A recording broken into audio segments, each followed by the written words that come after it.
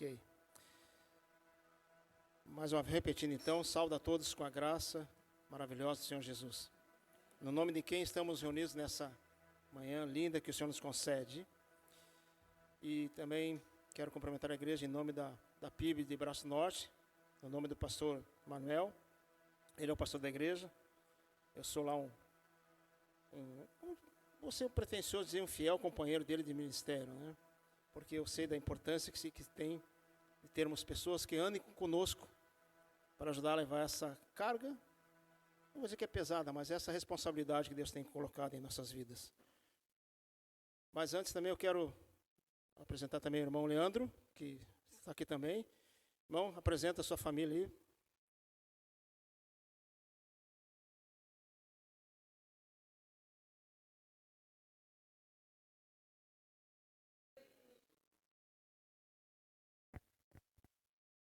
Eu quero compartilhar com vocês então a palavra aqui, que está no Evangelho segundo João, no capítulo 14, Evangelho de João, capítulo 14, versículo 15 e 26 a 26.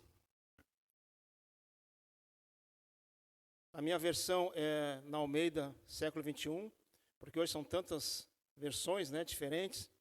Então, a minha é Almeida, século 21. Normalmente também usa a ARA, da Bíblia Shed.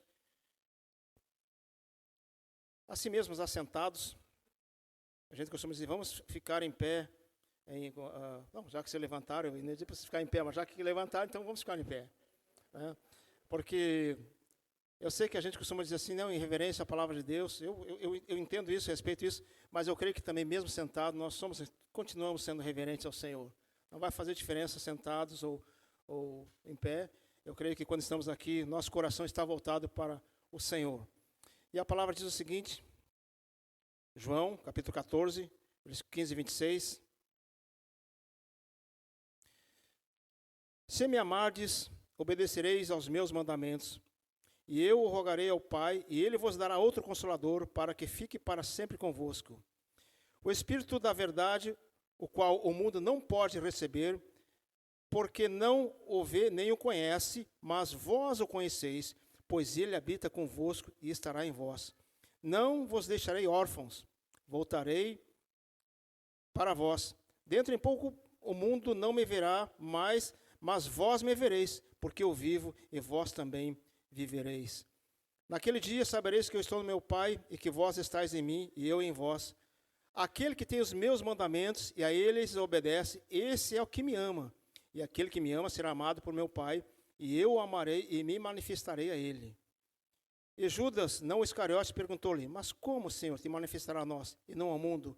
Jesus lhe respondeu, se alguém me amar, obedecerá a minha palavra, e o meu Pai o amará, e viremos a ele, e faremos nele morada. Quem não me ama, não obedece às minhas palavras.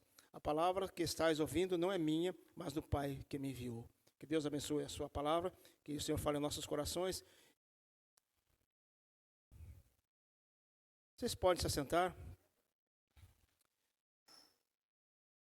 Antes de eu começar a palavra aqui, quero compartilhar com vocês que a última vez que eu estive aqui, em Garopaba, em termos de igreja, esse prédio aqui só tinha as paredes aqui e a cobertura. Foi, se não me engano, na despedida de um grupo de americanos que esteve aqui. E antes disso, quando eu estava em Capivari, quando eu estava ali para conhecer a igreja, visando um futuro ministério, e acabei indo para Capivari, mas eu estava ali na condição de visitante. Eu estava na posse, se não me engano, é pastor Luiz, né, o anterior, né? Estou lembrando se é pastor Luiz, mas a posse dele que foi feita num clube, aí pela saída. Foram as duas vezes que eu estive em Garopaba, pelo menos em relação à igreja.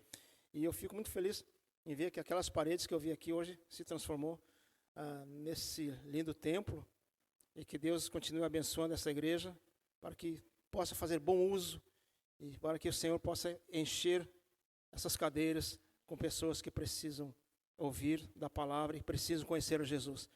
E outra coisa que me deixou feliz também aqui na introdução, que o irmão falou, porque talvez seja estranho dizer isso para vocês, mas nós vemos numa época assim que se fala muito pouco no Evangelho, se fala muito pouco em conversão, em salvação, em céu.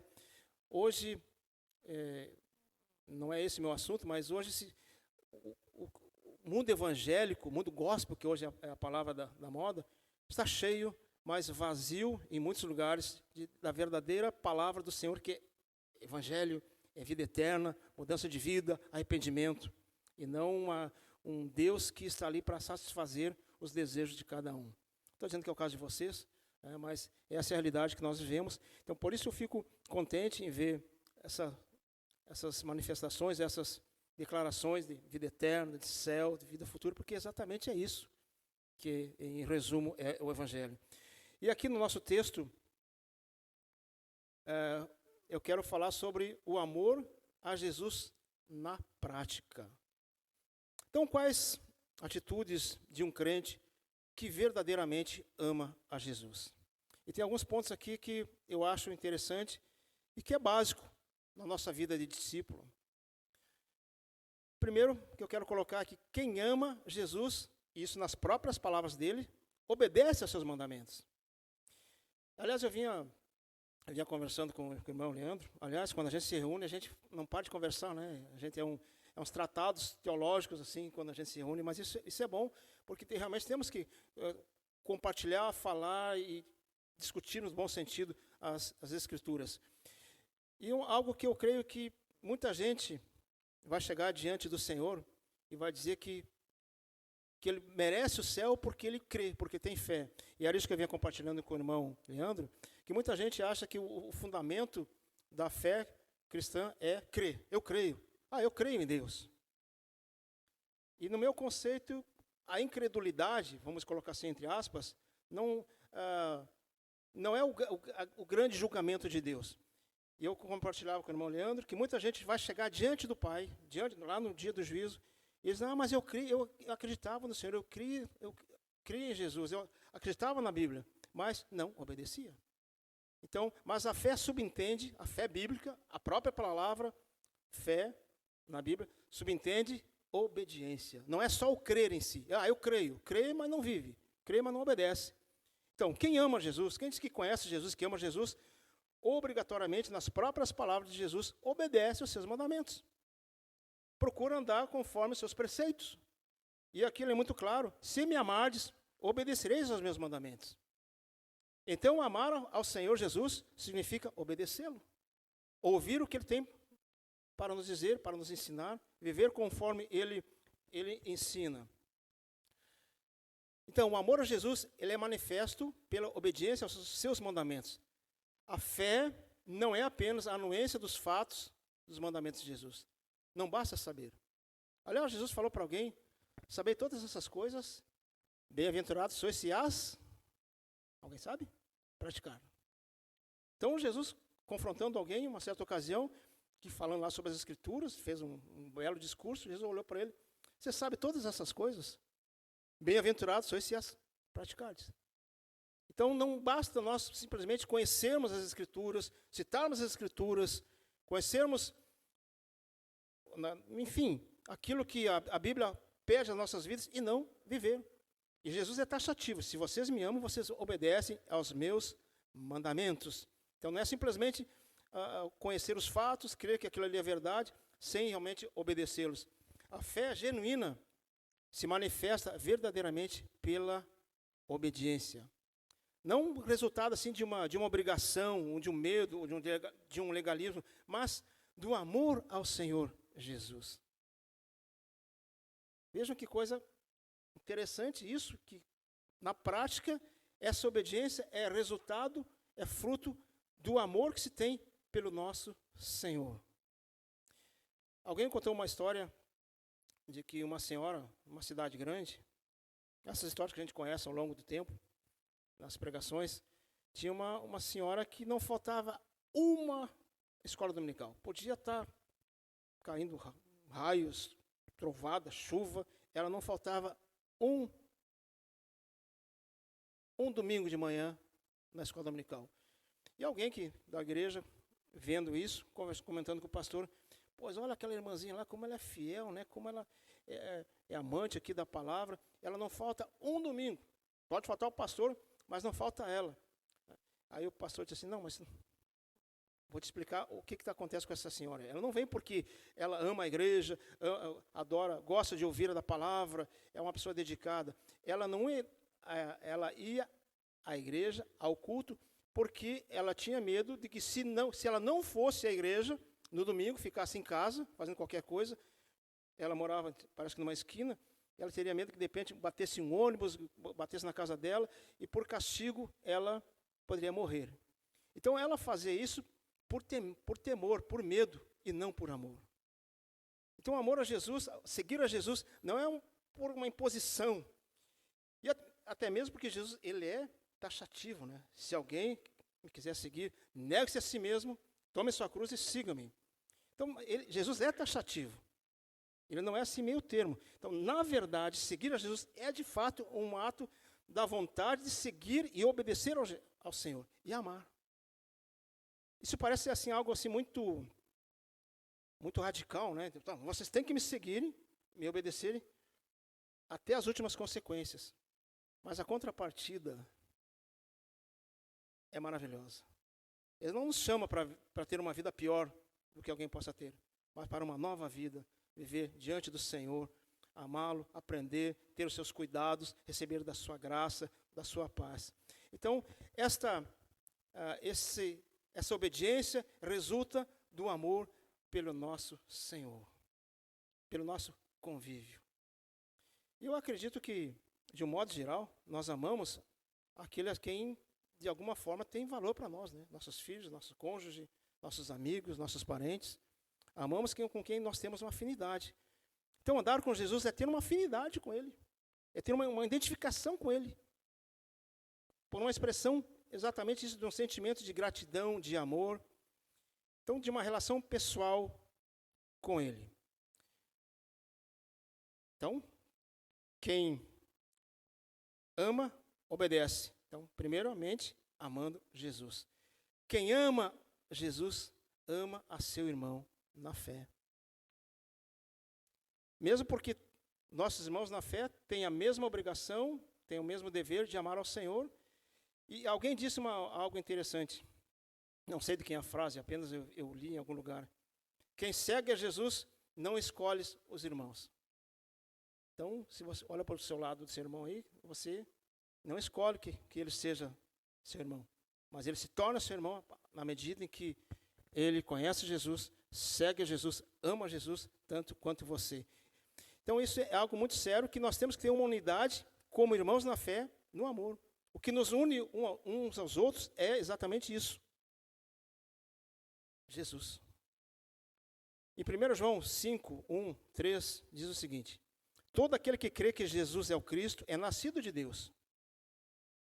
Então, percebam que não é essa o que eu quero pregar, mas fazendo um destaque. Todo aquele que crê em Jesus é o Cristo nascido de Deus. Então, aquele que é cristão é alguém nascido de Deus. O novo nascimento, que creio que os irmãos já conhecem o texto. E todo aquele que ama ao que o gerou, ou seja, o próprio Deus, também ama ao que dele é nascido.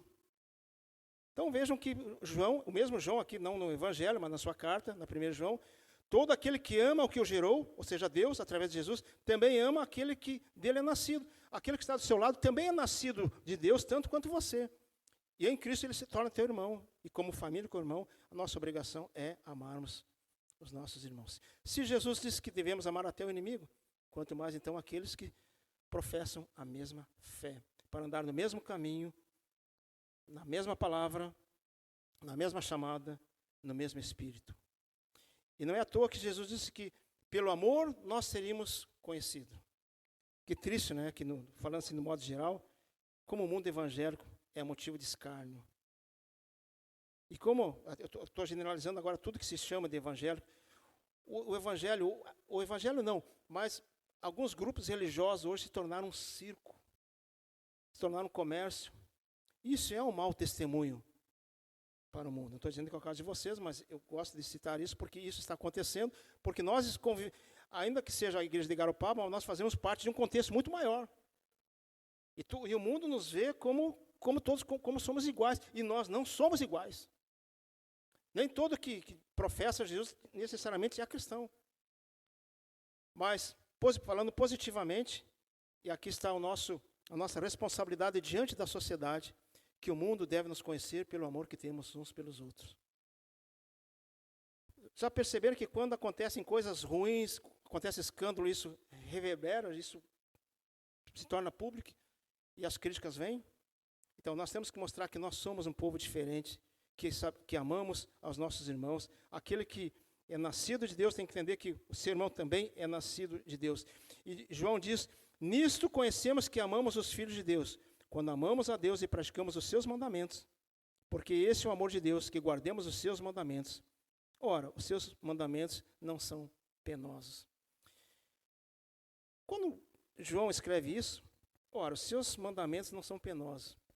Às vezes, amar parece ser difícil, né? Concorda? Às vezes parece que amar é um desafio. Pois é, realmente é um desafio.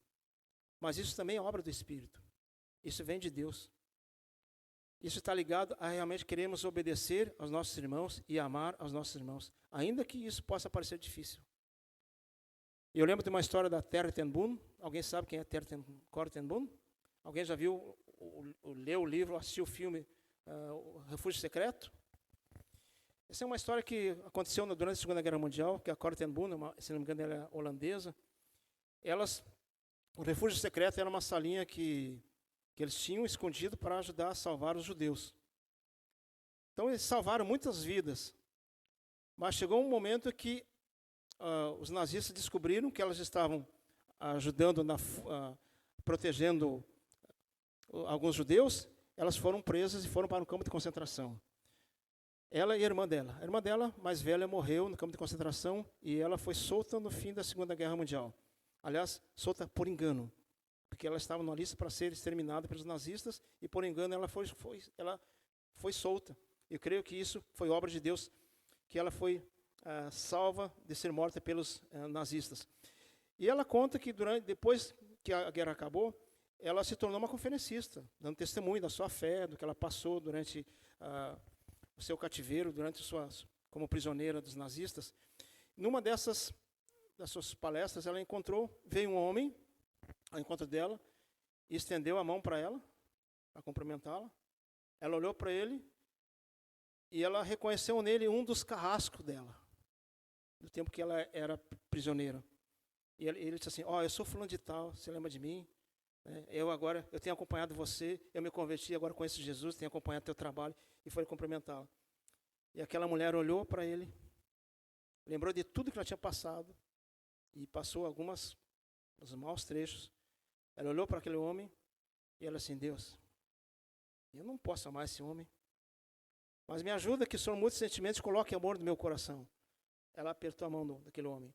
O relato dela, que quando ela apertou a mão, ela disse que algo passou assim no braço dela, chegou ao coração dela, que ele conseguiu perdoar aquele homem e amar aquele homem. Porque amar também é um milagre de Deus. Se fala tanto em milagres, né? Mas amar as pessoas com as quais nós não temos afinidade, não gostamos, o que nos tenha feito mal, é difícil. Quando Jesus diz assim, ora, os seus mandamentos não são penosos. Se olharmos na nossa perspectiva humana, são. Porque nós olhamos para nós mesmos, entendendo que é difícil certos comportamentos. Mas quando o Senhor entra na nossa vida, Ele vai nos ensinar.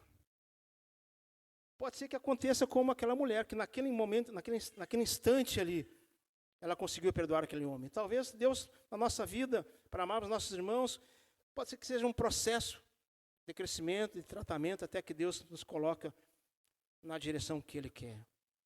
Então, se depender de nós mesmos, de fato, pode ser penoso. Mas se for na perspectiva de alguém que se dispõe a amar ao Senhor, tem o desejo de amar a Jesus e colocar isso em prática, sim, Deus vai operar. Quem ama Jesus, ama a sua igreja. Isso é algo sério. Quem ama Jesus, ama a sua igreja. Quero ler aqui o texto de 1 Coríntios, capítulo 12.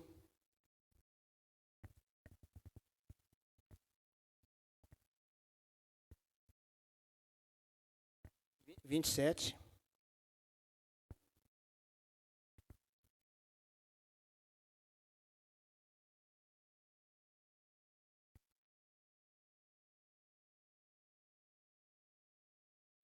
12, 27. Vós sois o corpo de Cristo e individualmente membros deste corpo. Paulo, até escrevendo para uma igreja meio complicada. Essa igreja aqui lá de Corinto era uma das igrejas que mais, talvez tenha dado mais trabalho para o apóstolo. Vós sois o corpo de Cristo. Nós que estamos reunidos aqui somos o corpo de Cristo. Individualmente, membros desse corpo. Então, nós somos porção de Deus. Eu gosto de dizer o seguinte. A igreja, ela não representa Jesus na terra. Ela é muito mais do que isso. A igreja não é um representante de Jesus na terra. A igreja é o próprio Jesus na terra. Porque é o corpo. Ele não subiu aos céus, eu vou deixar vocês aqui como responsáveis, se virem aí, eu vou olhar lá de cima. Não, não. A igreja é o corpo de Cristo. Eu edificarei a minha igreja e as portas do inferno, ou da morte, que é outra versão, não prevalecerão contra ela. Eu, particularmente, eu prefiro, em vez de que o inferno não prevalecerá sobre ela, mas que a morte não prevalecerá sobre ela, no sentido de que a igreja é imortal. Ninguém vai acabar com a igreja de Jesus. Pode ser que surjam muitos pseudos cristãos, pseudas igrejas, mas a igreja de Jesus, enquanto ele não consumar toda a história da humanidade, ela vai existir. Se essa igreja aqui resolvesse um dia largar tudo de mão, o Senhor vai começar em outro lugar. Jesus levanta pessoas para edificar a sua igreja. A igreja não é edificada por nós. Somos instrumentos, sim, de Jesus para isso, mas edificada pelo poder do Senhor em nossas vidas. Então, nós temos que amar a igreja, sim, porque a igreja é a expressão do Senhor. Eu já tive minhas crises com a igreja. Quem não teve? Quem não tem? Eu acho que, em certo grau, todos nós temos algumas broncas com a igreja. E eu levei um tempo para entender que, embora a gente saiba disso, mas parece que a gente às vezes não para pensar que a igreja é imperfeita, porque ainda não chegamos na glória. Mas ela continua sendo a igreja do Senhor. A igreja é corpo de Cristo, edificada por Ele. E a igreja é uma unidade orgânica, ou seja, onde todos os seus membros devem funcionar em harmonia, com cada um dos crentes executando a sua função no corpo. E aqui é outra história, né? Uma outra pregação, outro estudo, né, sobre os dons espirituais, onde cada um tem os seus dons e cada um vai servir naquilo que Deus chamou e que é um corpo. E assim como um corpo tem vários membros, né? Mão, cabeça, perna, cada um com uma função, mas um corpo só. Então a igreja é uma unidade orgânica, é um corpo que tem que funcionar como um corpo. Se esse corpo não tiver a mão, não tiver o braço, vai ser deficiente. E cada um, dentro desse contexto, tem que procurar saber qual o propósito de Deus na sua vida. E amar a igreja que é dele. Igreja Batista, tá, esse nome Igreja Batista surgiu porque alguém colocou lá. Eu sou batista, até por convicção e por opção também, porque eu não me converti na Igreja Batista. Tá, Batista é o nome, mas ok, mas ele tem um valor. Mas não é esse nome que é o determinante, mas Jesus. Podemos defender sim a nossa denominação, desde que estejamos fiéis ao Senhor, amar ao Senhor, amar a sua igreja. É através da igreja que Jesus se manifesta em nossas vidas e na vida do mundo também. Não há uma justificativa, uma base para alguém ser desigrejado. Não existe desigrejado. Não existe igreja de um só. Existe um corpo. Se tirar a mão aqui e botar ali, ela não vai ter vida, é simplesmente algo morto. Então, amar a igreja do Senhor. Né? Às vezes, o corpo fica doente e precisa ser curado. Ainda que nós só sejamos igreja do Senhor, edificada por Ele, é formada por pessoas imperfeitas, sujeitas à carne, sujeitas à sua própria vontade. E a própria Bíblia já adverte sobre isso. Às vezes nós queremos, assim, uma igreja perfeita, como se isso fosse possível. Não é. Perfeito só o Senhor. E Ele vai trabalhar com aquilo que Ele tem, que são as pessoas. E as pessoas são imperfeitas. E quando eu fui ler algumas vezes Apocalipse 3, e lá em diante, que fala das 7 igrejas, algumas coisas me chamam a atenção ali. Ainda que sejamos corpo de Cristo, ainda que sejamos a igreja edificada por Ele, Deus trabalha com pessoas imperfeitas e às vezes há desvios, às vezes há problemas e precisam ser tratados. E Deus trata com a sua igreja. Deus trata, como lá em Apocalipse, não vamos ler, obviamente que não vamos ler sobre todas as igrejas que estão ali, mas em Apocalipse 3:20, aliás, um texto bastante conhecido. Tem gente que sabe de cor, esse versículo aí. 3:20. Eis que estou onde? À porta. Alguém sabe o resto? Pode falar em voz alta.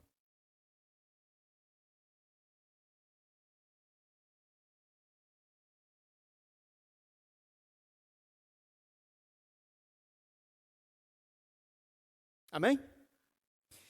Basicamente, esse versículo ele é usado para evangelizar. Olha, Jesus está batendo na porta do teu coração, no evangelismo, né, para falar a pessoas que se quer conduzir a Cristo. Pode. Mas primariamente o sentido do texto não é esse. Porta de quem que o Senhor diz que está lá batendo na porta? Para os crentes. Originalmente esse texto é dito para os cristãos, para a igreja da Laodiceia. E uma das expressões que o João usa, inspirado pelo Espírito Santo, por exemplo, na carta de Éfeso, isso se repete em outros lugares. Na verdade, aqui Deus está chamando a atenção da sua igreja, do corpo dele, do corpo de Cristo. E lá, a carta de Éfeso, no capítulo 2, versículo 4, diz assim: tenho contra ti, porém, o fato de que deixaste o teu primeiro amor. E aí, tem outras referências em outras igrejas que ele fala a mesma coisa. Tenho contra ti. Já pararam para pensar nisso? Se vocês certamente já leram, já ouviram pregações, o Senhor está dizendo para a igreja: tenho contra vocês isto e isso. Arrependam-se. Retornem ao primeiro amor. E aqui, eu acho esse texto interessante. Deus está batendo na porta da sua igreja. Quer dizer, em algum momento a igreja perde o foco. De repente a igreja esquece daquele que está edificando a igreja. E o Senhor quer trabalhar na vida da igreja e a igreja não responde. Na realidade, o Senhor aqui não está abandonando a igreja, mas está lá advertindo, chamando a atenção da igreja. Olha, ô pessoal, ô galera, fique ligado. Estou falando para vocês, me ouçam. Estou aqui batendo na porta, será que vocês vão me abrir? Vão abrir a porta e vão ouvir? Se vocês abrirem, eu vou entrar e vou cear com vocês. É uma demonstração, é uma correção que o Senhor faz à sua igreja. E uma coisa interessante nas Escrituras, independente do tempo de vida cristã que se tem, é que às vezes coisas que são tão óbvias batem no nosso coração de tal maneira, porque a palavra de Deus, a gente fica pensando, como é que eu não percebi tanto isso? Eu já tive problema assim com questão de igreja, chateado, magoado, tá? E de repente eu coloco isso aqui, não, mas é assim mesmo. Nós só seremos realmente mudados lá na glória, como já foi falado aqui no início. Mas enquanto estivermos aqui, Deus trabalha com essa matéria-prima que se chama gente, ser humano, que tem problemas, que tem dificuldades, que tem pecados. E às vezes, por desobedecer, se perde o rumo da vida cristã. Não é que não crê em Jesus, não é que não tenha tido uma experiência com Deus, mas às vezes para de olhar para o Senhor. Deixa de obedecer e perde o rumo da sua vida. E eu tenho um conceito sobre a igreja também, que a igreja, esse grupo aqui, é resultado da vida de cada um. Eu não conheço a história de vocês aqui, mas o que acontece aqui é expressão, é resultado do que cada um é no grupo.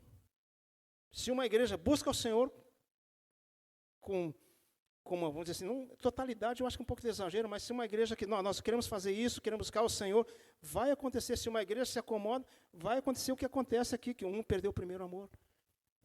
Jesus está dizendo para a igreja de Éfeso: olha, vocês começaram bem, maravilhosamente bem, mas agora vocês perderam o amor, o primeiro amor. E aí ele diz: olha onde você pecou e arrepende-se. E aqui não está falando de indivíduos, novamente falando de igreja, a igreja do Senhor. Porque Ele ama o Senhor. E nós Jesus ama a sua igreja. E como Ele ama a sua igreja e somos nós também devemos amar a igreja. Isso tem a ver com amar o seu irmão. Uma coisa é resultado de outra. Né? Parar já para pensar nisso?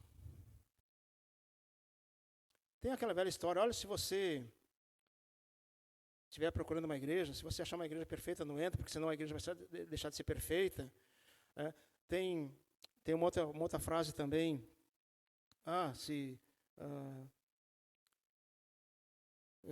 agora me deu um branco aqui, que a igreja é imperfeita, que por isso vai abandonar, mas a igreja ela é imperfeita na sua existência terrena. Mas alguém diz assim também, mas tem pessoas que saem da igreja porque nunca conheceram a Jesus. Isso é verdade. Parte dela. Mas talvez o pior seja que às vezes as pessoas saem da igreja porque não viram Jesus na sua igreja. Parar para pensar sobre isso também?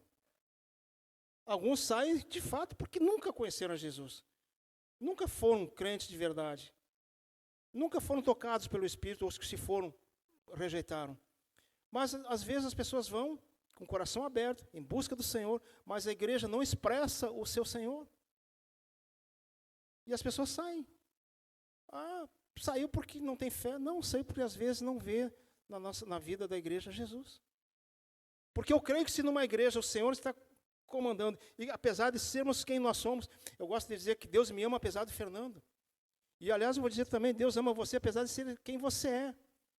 O que determina a diferença é amarmos ao Senhor. Olharmos para nós mesmos, sabemos que somos imperfeitos, mas Senhor, eu quero acertar, eu quero pegar o rumo da minha vida, fazer a tua vontade. Quando a igreja está assim, sim, Jesus vai se manifestar. E o incrédulo também vai sentir a presença de Deus. Não pela nossa perfeição, mas pela perfeição do Senhor, pela ação do Senhor na sua igreja, pelo cuidado do Senhor na sua igreja, pelo amor que nós temos pela igreja do Senhor.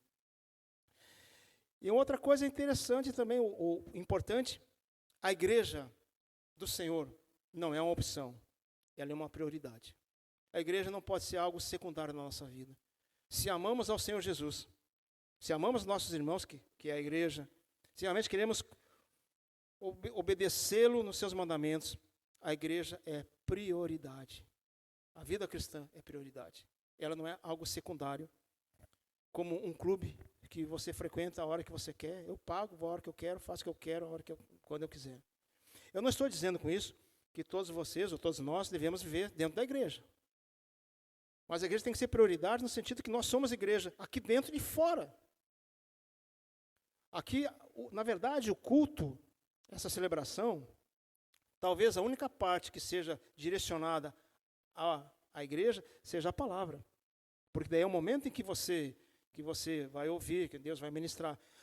Tirando essa parte, eu entendo que todo o restante do culto é direcionado ao Senhor, que é basicamente o mais importante, algo, não sei se seria o mais importante, talvez seja, que é a adoração, que é o louvor, que é o momento do Senhor, que nos reunimos como família, como cristãos, para adorarmos ao Senhor.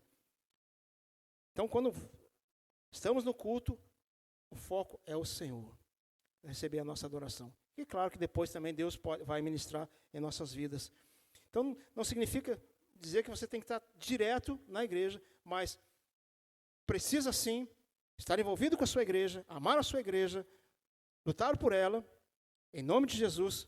E quando a igreja sai daqui, ela está esparramada aí pela sociedade.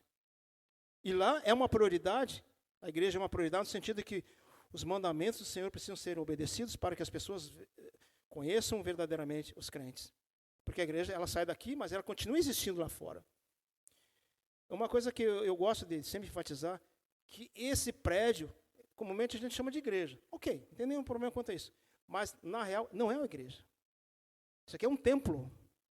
A igreja é o corpo. Os irmãos, isto é a igreja. Isso aqui é apenas uma comodidade. Isso aqui não tinha na igreja primitiva. Até tinha o templo, porque era um conceito diferente. Mas quando a igreja começou, não tinha templos. Eram só pessoas reunidas em casa, sei lá onde, no mato, em qualquer outro lugar. Isso aqui é apenas uma comodidade. É consagrado ao Senhor? É.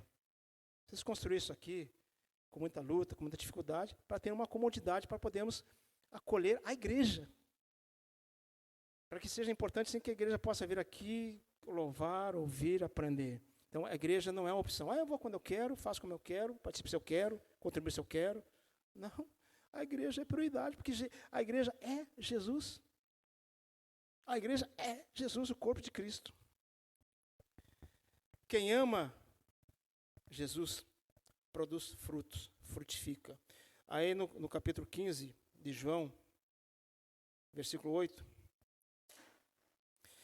Meu Pai é glorificado nisto, em que deis muito fruto, e assim sereis meus discípulos.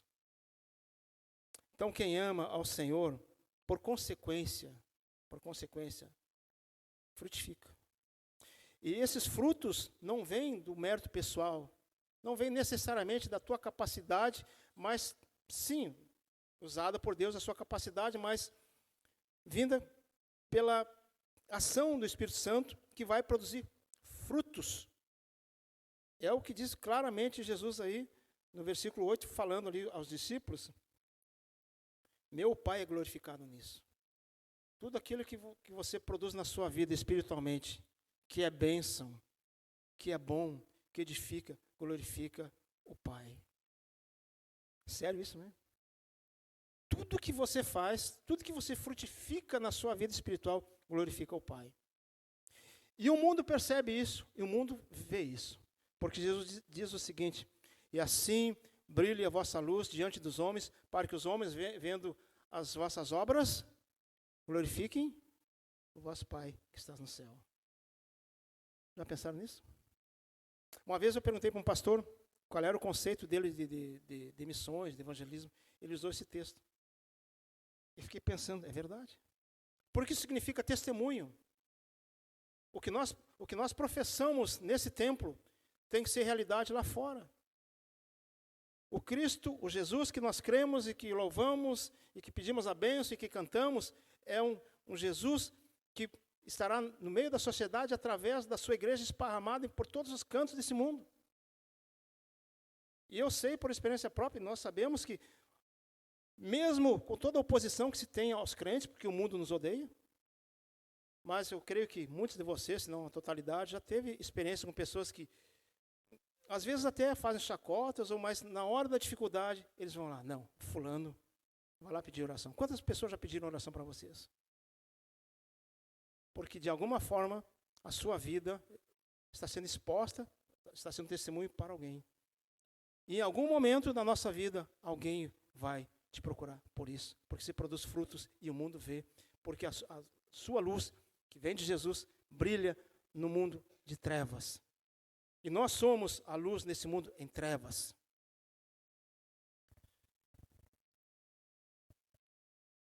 E vai mais além.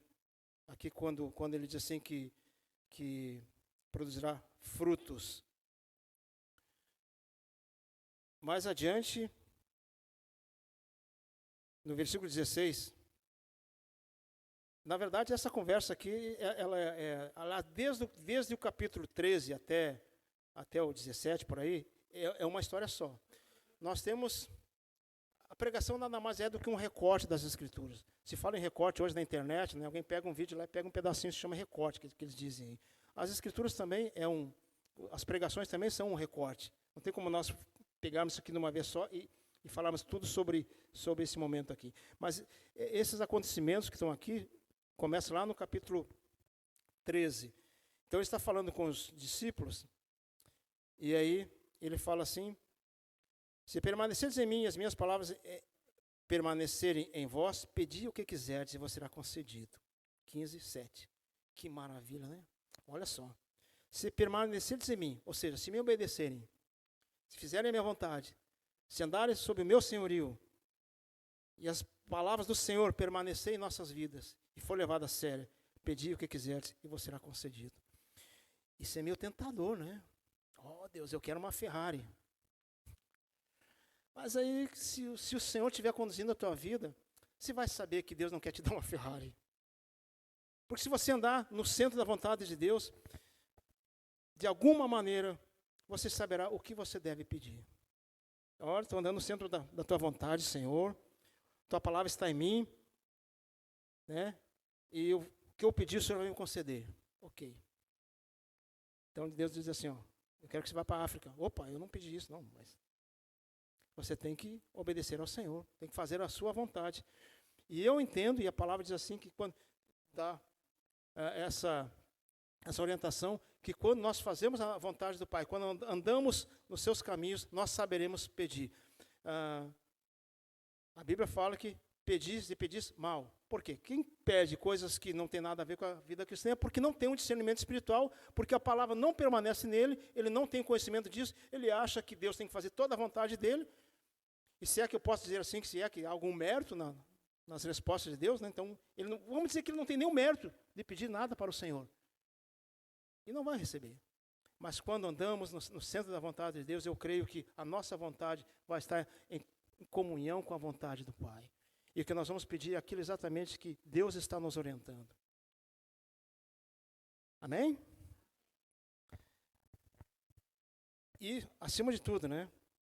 O Pai é glorificado. Aliás, tudo o que o Senhor Deus faz em nossas vidas, e que é uma realidade espiritual abençoada, que faz na vida da igreja, é para a glória dele. E a salvação, foi falado hoje sobre vida eterna, a nossa salvação, a nossa eternidade, é para a glória dele também.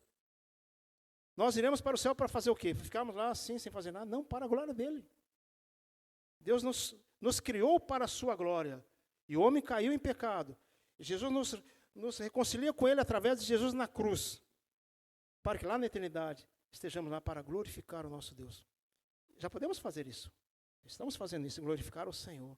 Então, tudo que nós fazemos que está na vontade de Deus, na obediência ao Senhor, glorifica o nome do nosso Deus. Talvez não seja nem preciso você falar sobre Deus, mas Deus vai refletir a sua presença e as pessoas percebem isso. Um outro ponto, quem ama Jesus é abençoado com a presença do Pai. Tremendo, né? Deus não vive lá no lugar distante, mas vive presente nas nossas vidas. No versículo 18 do capítulo 14, não vos deixarei órfãos, voltarei para vós.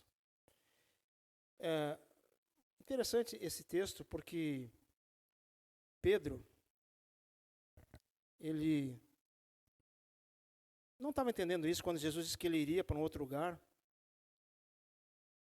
Deixa eu ver se eu acho aqui uma coisa sobre Pedro, só um momentinho aqui que eu não anotei, que veio posteriormente depois, quando... está aqui. Pedro diz o seguinte, quando Jesus disse que ele iria, né, para outro lugar, e aí Pedro diz assim, Senhor, para onde vais? Jesus respondeu, para onde eu vou, não pode seguir-me agora, mais tarde, porém, me seguirás.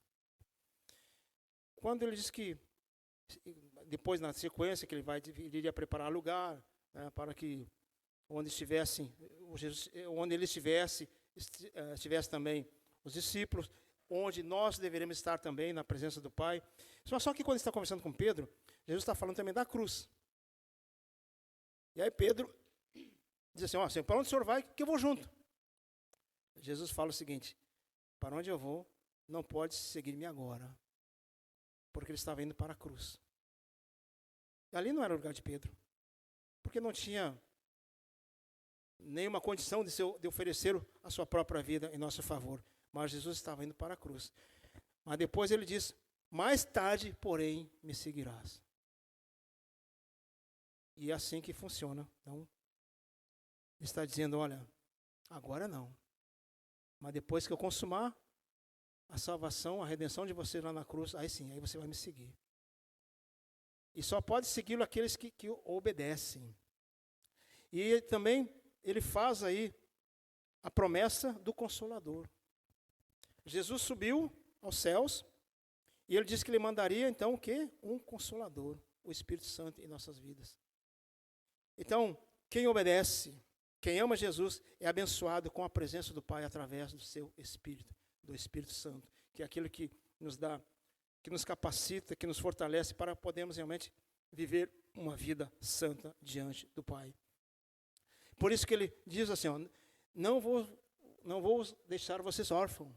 Eu vou. Depois, mais adiante, vocês vão entender isso. Eu vou para o Pai, junto do Pai. Vou deixá-los aqui. Depois ele sobe aos céus, eles ficam olhando lá e ficam olhando Jesus subir. Eu fico imaginando, e agora? O Senhor foi. Mas eles, olha, vão lá para Jerusalém, espere até que sobre vós desça o Espírito. E eles foram lá e o Espírito Santo desceu. E, aliás, é uma coisa teológica, que até a gente vem conversando com o irmão Leandro, né? Às vezes a gente fala assim, alguns falam, ó, Espírito Santo, desce, ó, vem Espírito Santo. Primeiro, o Espírito Santo não vai descer de novo porque ele já desceu. E vem o Espírito Santo não porque ele já está. A menos que você não faça parte da igreja. E eu quero dizer assim para a igreja que nós vamos orar aqui, ó, Senhor, vem Espírito Santo.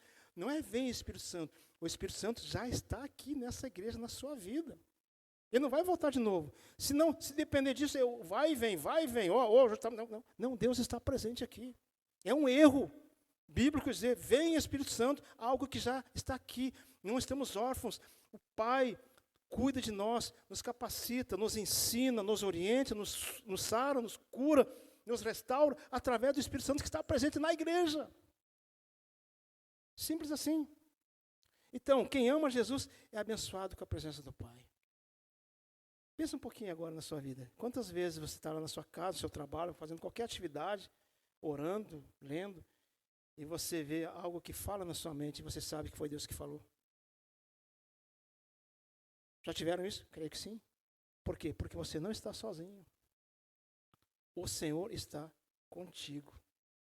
Isso, coisa que não acontecia no Antigo Testamento, que lá tinha que descer lá no tabernáculo, lá, aquela coisa toda, tinha uma série de rituais, de mandamentos para fazer, porque ainda o Espírito Santo não estava nas vidas das pessoas, embora ele estivesse atuante lá, mas aqui em Jesus, na igreja, ela é movida pelo Espírito Santo.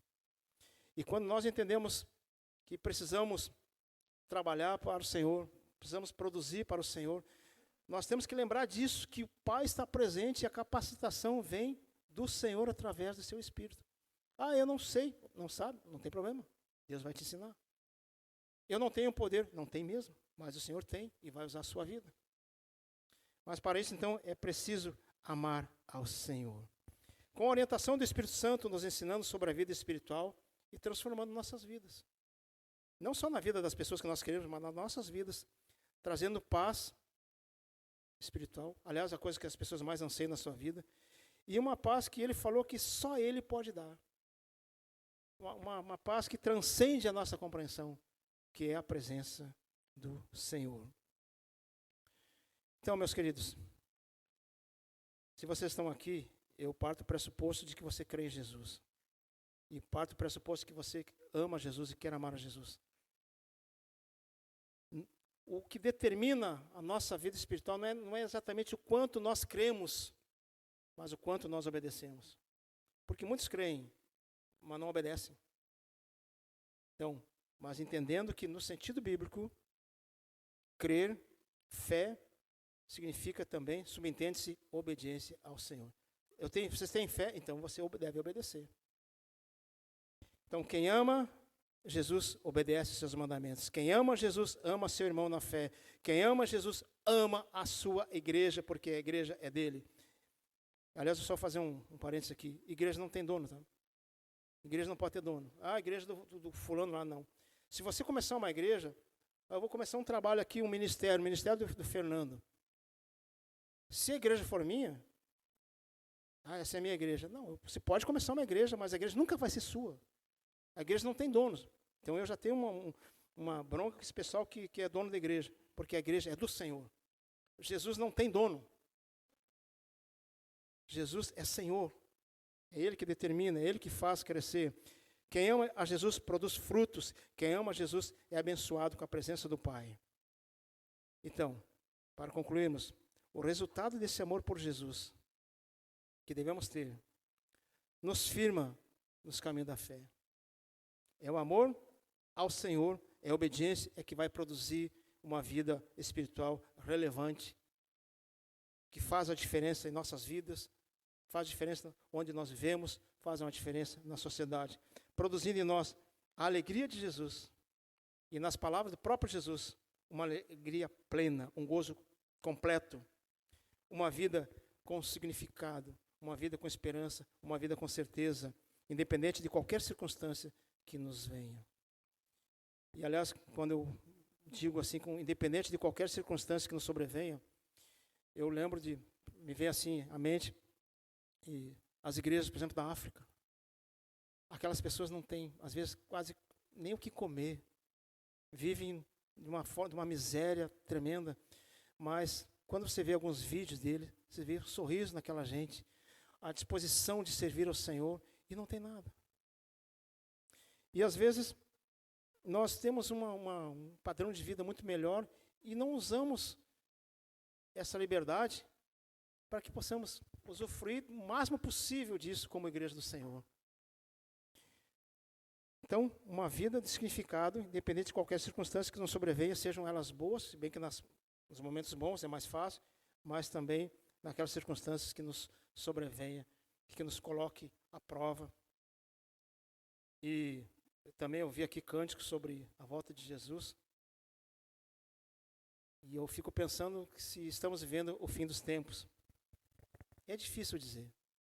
Os sinais assim são fortes, mas como Jesus disse que a gente não sabe o dia, mas temos que estar preparado. E ainda nós vivemos num ambiente que nós podemos professar a nossa fé, sem nenhum problema. Tem ninguém nos impedindo de fazer isso. Mas tenho certeza de que esse mundo está preparando, tentando criar circunstâncias, criar situações em que nós seremos proibidos de cultuar o Senhor. Nós seremos levados a negar o nosso Senhor.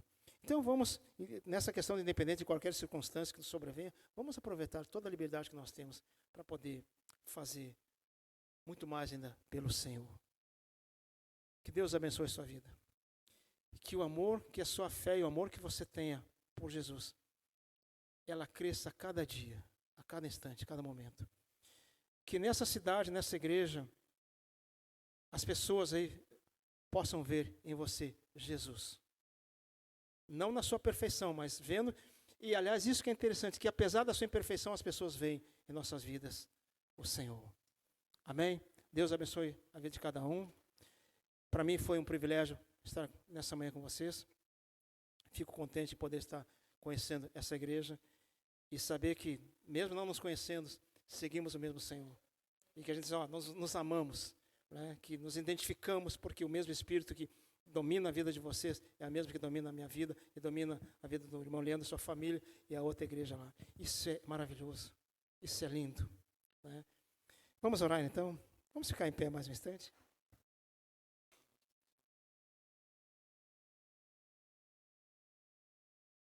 Deus e Pai, muito obrigado por esse momento.